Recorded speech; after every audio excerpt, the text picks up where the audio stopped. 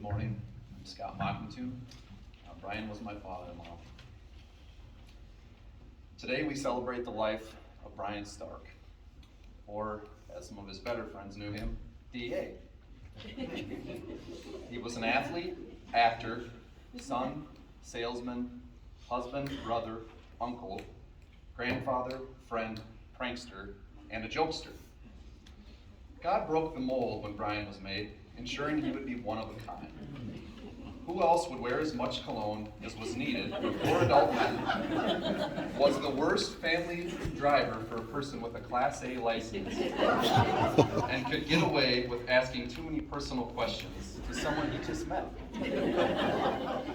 Upon first meeting Brian, he'd know who your parents were, where you went to school, what your job was, and how much your gross annual salary was. Much to our dismay, the fun times with Brian came to an unexpected end last week Monday when he suffered a fatal heart attack. We are left with the memories and the peace that he is in a better place, telling jokes to his creator and touring the open roads of heaven on a custom Harley-Davidson motorcycle. In the end, Brian wasn't with us for a long time, but our lives shared with him were always a good time. Our grief is the price of the deep love shared with Brian. Brian's many jobs connected him to the community, whether coaching youth sports, busing high school athletes to games or community members to medical appointments, working the counter at the liquor store, or selling phone and internet services. Brian met many people and touched them with his humor and friendliness. That community connection explains the outpouring of support the family has received this past week. The number of calls and messages was overwhelming. Our venue today is packed with people, a reminder of the influence Brian Stark had with the world around him and how much he was beloved. Brian touched the hearts of many, many people. I don't think I ever met someone with such a carefree persona and easygoing attitude. He enjoyed conversations, both reminiscences with close friends and striking new conversations with complete strangers. If the entire world is 6 degrees removed from Kevin Bacon, then I imagine it's only 5 degrees to Brian Stark. It didn't seem to matter where we traveled. Brian knew someone or had a mutual connection to a person that he had just met. Our time on earth as mortal men and women is short, a fact of which Brian was keenly aware, and perhaps something we should all take solace in, for the way in which he lived his life and for how he spread his love. You only live once, he'd tell me, usually while providing unsolicited purchasing advice. Whether it was Harley-Davidson motorcycles, new vehicle leases or trades, or getting new clothes, Brian enjoyed the finer things. But make no mistake, Brian employed a work-hard approach to his play-hard lifestyle. He grew up in a small house with 5 siblings, 1 bathroom, no shower, and no hot water. You worked hard in the Stark family for what you earned. After graduating high school, Brian was off to Normandale Community College, where he played football and gained lifelong friends, then stayed with his teammates as many of them graduated and transferred to the University of Minnesota, Morris. It was at Morris where he met his future wife, Carol, and where he completed his bachelor's degree. As the first in his family to earn a college degree, he escaped poverty and made a better life for himself and later his own children. Brian had a flair for the dramatic, which might explain his late found love for community theater. Brian was in 9 shows with the Hutchinson Theater Company, beginning with The Nerd in 2007 through Everybody Loves Pearl in 2021. Brian was once tasked with working to attach a floating marker to his in-laws' water supply line on Gull Lake. He dove down and attached the marker in wait. Then, at dinner that night, told his in-laws how he cheated death and connected the float with his last breath, which he also stated would be the title of his upcoming autobiography. Brian was a raconteur. Each story and anecdote was good for a chuckle. Carol used to remind everyone to believe Brian's stories only as far as Brian Stark's initials. Times out on the town, on vacation, and road trips were a gas. After a few groan-worthy jokes, a friend would sarcastically ask, "Oh, why did you bring him?" The truth was, he was the man behind the gathering, the trickster who brought out the fun. He was endearing and loving, funny and fun. If a high school homecoming king wins the title by befriending his classmates, Brian extended his homecoming king title from his high school years to the rest of his life, as the people that surrounded him or encountered him loved him. People gravitated towards him. He was Brian Stark, the life of the party. Brian was an instigator, often of jokes and pranks. He once slapped a homemade cardboard and marker sign on his brother's brand new pickup, for sale, $1,500 OBO, burns a little oil.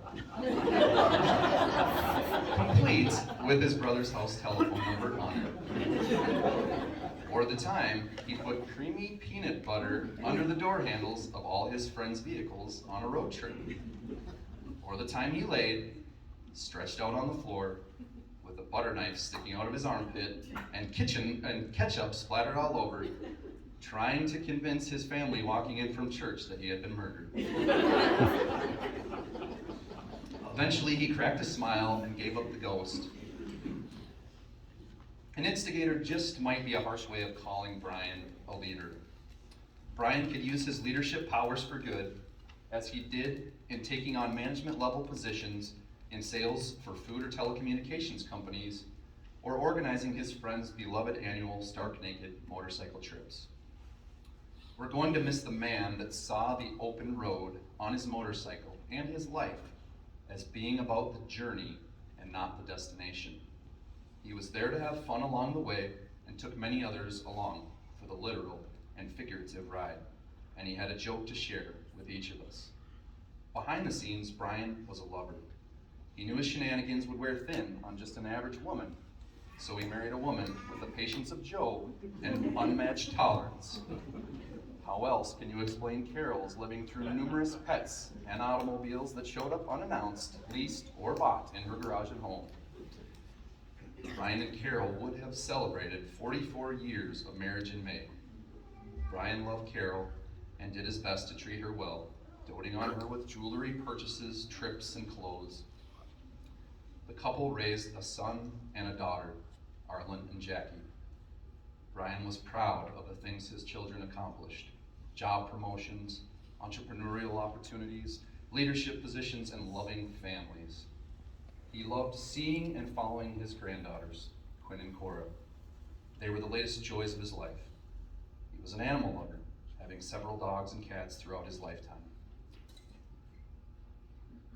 In a deck of 52 playing cards, there are face cards and numbers arranged in suits.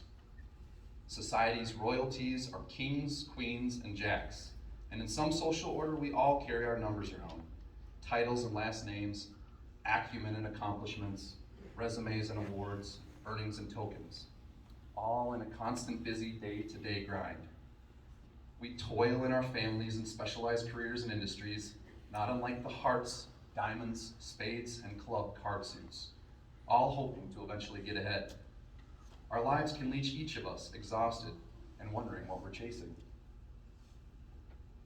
Maybe that is why it was so important to know the Joker. He has no suit, belongs to no one. In many card games, he is a wild card, coveted for his usefulness. In real life, we all need a friend that is the Joker.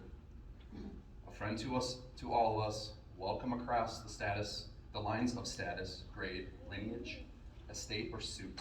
A carefree fellow with an optimistic outlook, appreciative for the opportunity, and willing to laugh at himself and the world. Brian Stark was our Joker. And as painful as it is to say goodbye, as early as the curtains fell on his lifetime performance, we should all remember the good times, recall and enjoy the laughs and jokes, and live with some of the mantras he passed along from his time in football and life. Spend time doing the things that matter. Be a part of something. Recite a good fart joke. Help others. This way to the beach, baby. Have fun.